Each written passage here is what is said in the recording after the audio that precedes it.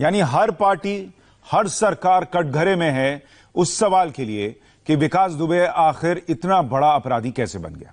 विकास दुबे कहां फरार है, ये एक मिस्ट्री है। एक और मिस्ट्री 3 जुलाई को हुए एनकाउंटर में शहीद सीओ देवेंद्र मिश्र की चिट्ठी को लेकर भी है। शहीद सीओ के नाम से चिट्ठी वायरल हो रही है, लेकिन कानपुर पुलिस कह रही है कि उनके पास इस लेटर की कोई सबूत नहीं है। कानपुर पुलिस की फाइलों में कहीं इस चिट्ठी का जिक्र नहीं है। वहीं शहीद डीएसपी देवेंद्र मिश्र की बेटी ने दावा किया कि यह चिट्ठी उसके पापा के व्हाट्सएप मैसेज और प्राइवेट फाइल में मिली है। शहीद सीओ की चिट्ठी में साफ लिखा था कि चौबेपुर एसओ विनय तिवारी की भूमिका संदिग्ध है, बावजूद इसके कोई कार्रवाई नहीं हुई और यह चिट्ठी मार्च की है। अब इस चिट्ठी की मिस्ट्री क्या है, यह एक बड़ा रहस्य बन गया है। जो थानाध्यक्ष चौबेपुर थे, उसकी शिकायत आपके पापा ने एसएसपी को लेटर लिख के करी थी। उसमें कहा था कि जो एसओ है ये अपराधी। सब हम ही ने उनके व्हाट्सएप मैसेजेस और उनकी जो प्राइवेट फाइल्स थी उनके सारे डॉक्यूमेंट्स में हमने और सर जी ने सब देखा, तो उसकी वजह से हम लोग ने आज ही सारा जो है मीडिया के सामने सारा रिकॉर्ड कर। तो आपके पापा ने एसएसपी को लिखा था विनय तिवारी के लिए, और एसएसपी के साथ रिकॉर्डिंग भी, एसएसपी आनंद तिवारी के साथ तीनों मतलब कॉन्फ्रेंस में रिकॉर्डिंग भी है उनकी। आपके पापा ने एसएसपी आनंद तिवारी को बोला कि सीओ की जो इंस्पेक्टर है इसकी भूमिका संदिग्ध है, और पूरी रिकॉर्डिंग और आनंद तिवारी ने इंस्पेक्टर को लाइन पे लेकर उसको डांटा। यही कहना चाहती हैं। सोशल एवं इलेक्ट्रॉनिक मीडिया में तत्कालीन सीओ बिल्लोर श्री देवेंद्र मिश्रा जी के द्वारा एक चिट्ठी एसओ चौबेपुर विनय तिवारी के खिलाफ तो लिखा गया है। इस संबंध में चिट्ठी वायरल हो रहा है। उस चिट्ठी में ये तथ्य दिया गया है कि 386 धारा विकास दुबे के खिलाफ जो लगा है वो हटाया गया है और उसको फेवर किया जा रहा है। इस संबंध में मेरे द्वारा जांच किया गया है। प्रिलिमिनरी जो जांच में ये निकल के आया है, सीओ बिल्लोर के ऑफिस, एसपी रूरल के ऑफिस एवं एसएसपी की कॉन्फिडेंशियल एवं जो क्लरिकल ऑफिस जिसमें जो दंड बाबू के ऑफिस, सब में चेक कराया गया है। इनमें से रिसीविंग एवं डिस्पैच रजिस्टर, इन दोनों में ना तो इस चिट्ठी के संबंध में कोई उल्लेख है, ना तो 14 तारीख को एसओ के खिलाफ कोई अन्य रिपोर्ट रिसीव हुआ है। इस संबंध में कोई उल्लेख नहीं है, ना कोई इस संबंध में कोई फाइल यहाँ पे पाए गए हैं। फिर भी इस संबंध में और भी गहराई से हम जांच कर रहे हैं कि इस चिट्ठी का जो जेन्युइनिटी के संबंध में हम लोग और जांच कर रहे हैं। जो भी तथ्य सामने आएगा उसके आधार पर कार्रवाई की जाए। आपने डिप्टी एसपी के बेटी को सुना, पुलिस का वर्जन सुना। विशाल प्रताप सिंह हमारे साथ, हमारे सहयोगी जुड़ रहे हैं। विशाल, 2 बातों का जवाब दीजिए।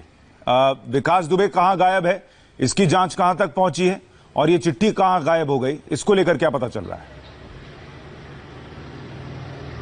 देखिए सुशांत, विकास दुबे कहां है, इस सवाल का जवाब यूपी पुलिस भी जानने की कोशिश कर रही है। यूपी एसटीएफ और उत्तर प्रदेश पुलिस की लगभग 40 टीमें अलग अलग हिस्सों में, अलग अलग राज्यों में लगातार छापेमारी कर रही हैं। उत्तर प्रदेश में भी छापेमारी जारी है, और साथ ही साथ जितने भी टोल नाके हैं, जितने भी बॉर्डर से सटे हुए इलाके हैं, या भारत और नेपाल की जो सीमा है, वहां पर भी सघन चेकिंग अभियान चलाया जा रहा है। वहां पर विकास दुबे के पोस्टर्स लगाए गए हैं, जो फोटोज मीडिया में है, इंडिया टीवी के पास है, उन फोटोज का वहां जिक्र किया जा रहा है, लोगों को दिखाया जा रहा है। रास्ते में रोक करके गाड़ियों वालों से पूछा जा रहा है कि आप इस अपराधी को जानते हैं कि नहीं जानते हैं। तो कुल मिलाकर ये कहा जा सकता है सुशांत कि अभी उत्तर प्रदेश पुलिस का जो सघन चेकिंग अभियान है वो लगातार जारी है, लेकिन हिस्ट्री शीटर आरोपी विकास दुबे इस वक्त कहां है, इसका जवाब फिलहाल किसी के पास नहीं है, इसका क्लू किसी के पास नहीं है। क्योंकि सबसे महत्वपूर्ण बात जो इंडिया टीवी को पता लगी है सुशांत, वो ये है कि आरोपी ने इस घटना के बाद, इस वारदात के बाद अपने मोबाइल फोन का बिल्कुल भी इस्तेमाल नहीं किया है। उसने मोबाइल फोन स्विच ऑफ कर रखा है और परिवार के किसी भी सदस्य के साथ वो किसी भी तरीके से कांटेक्ट में नहीं आया है। तो पहले सवाल का जवाब तो ये होगा कि विकास दुबे कहां है, इसका जवाब उत्तर प्रदेश पुलिस के पास अभी भी सुशांत नहीं है।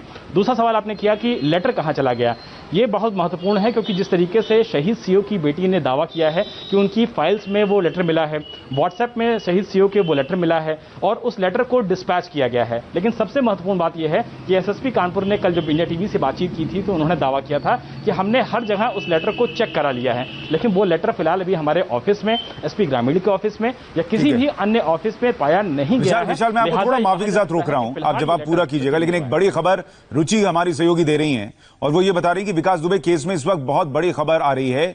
एक दिन पहले ही पुलिस को धमकी दी थी उसने। कल सस्पेंड हुए दरोगा कृष्ण कुमार शर्मा ने यह बहुत बड़ा खुलासा किया है। कृष्ण कुमार के मुताबिक एक दिन पहले विकास दुबे ने धमकी दी थी कि अगर गांव में पुलिस आई तो लाशें बिछा देगा। इस धमकी के डर से दरोगा अगले दिन छापेमारी में गया ही नहीं। दरोगा ने चौबेपुर के एसओ विनय तिवारी को इस धमकी की जानकारी दी थी। धमकी की जानकारी मिलने के बाद विनय तिवारी छापेमारी में तो गए, लेकिन पीछे पीछे रहे। विकास की धमकी के डर से एक और दरोगा कुंवरपाल बिकरू नहीं गए। चौबेपुर थाने का सिपाही राजीव भी बिकरू गांव में नहीं गया। सोचिए विकास का कितना खौफ था, और एक दिन पहले ही उसने धमकी दे दी थी, जिसकी वजह से दरोगा वहां गया ही नहीं। उसने एसओ विनय तिवारी, जो कि सस्पेंड चल रहे हैं, उन्हें जानकारी भी दे दी थी, और शायद इसी वजह से एसओ विनय तिवारी पीछे पीछे थे, आगे नहीं जा रहे थे, और दरोगा तो गया ही नहीं। रुचि कुमार हमारे साथ जुड़ गई हैं। रुचि, और क्या जानकारी मिल रही है? देखिए, पुलिस ने जो उनके शक के दायरे में करीब 30 पुलिस वाले हैं, इन 30 पुलिस वालों के विकास से अच्छे संपर्क थे, आना जाना था, उठना बैठना था, तो उसी क्रम में पूछताछ कर रही है। और चौबेपुर थाने के ये 3 लोग जिनको कल सस्पेंड किया गया, जिसमें 2 दरोगा और 1 सिपाही है, इनसे पूछताछ की तो कृष्ण कुमार शर्मा ने बड़ी बात पुलिस को की है। पहले करीब 4 बजे विकास ने थाने में फोन करके धमकी दी थी कि अपने एसओ को सबको समझा लो, अगर यहाँ पे गांव में आए तो लाशों का ढेर लगा देंगे। इस तरह की धमकी को सुन के कृष्ण कुमार शर्मा का कहना है कि वो डर गया था। जो कुंवरपाल को सस्पेंड किए गए हैं वो भी डर गए थे, और जो राजीव सिपाही है जो सस्पेंड किया गया वो भी डर गया था। तो तीनों लोग वहां पे मौके पे नहीं गए थे, कहीं और चले गए थे गश्त लगाने के लिए। ये बड़ी बात पुलिस को बताई है, और पुलिस अब इस लाइन पे काम कर रही है कि आखिर कितने पुलिस वालों से विकास के अच्छे संबंध थे, किस तरह विकास ने, कई दिनों से ये मामला चल रहा था थाने में, विकास का थाने में पुलिस का जो झगड़ा था वो कितने दिनों से चल रहा था, इस झगड़े के पीछे क्या वजह थी, कैसे जो जमीन का एक टुकड़ा था राहुल तिवारी का, उसने इतना बड़ा रूप कैसे ले लिया, ये सारी चीजें पुलिस अब इस समय जांच कर रही है। सुशांत। रुचि, जब दरोगा ने ये बात, इस धमकी के बारे में विनय तिवारी जो एसओ हैं, सस्पेंड हैं, उनको बताया, तो उन्होंने उसके बाद क्या एक्शन लिया? क्या उन्होंने जो टीम वहां जा रही थी उनको सूचित किया कि ऐसी धमकी मिली है? देखिए, ऐसा है कि विनय तिवारी तो पहले दिन से शक के घेरे में है, क्योंकि विनय तिवारी मौके पे दबिश देने गए थे, लेकिन वो सबसे पीछे चल रहे थे, पुलिस वालों का कहना है। और जब फायरिंग होना शुरू हुई तो विनय वहां से मौके से भाग गए थे, अपने सारे साथी पुलिस वालों को वहीं पे छोड़कर। तो वो तो पहले दिन से शक के दायरे में है कि विनय और विकास के बहुत अच्छे रिश्ते थे। पुलिस उस लाइन में काम कर रही है, और विनय के ऊपर सबसे बड़ा आरोप यही है कि जब इतना बड़ा मामला चल रहा था, पहले तो विनय तिवारी ने ये जो राहुल की जमीन का झगड़ा था, इसका मुकदमा नहीं लिखा था।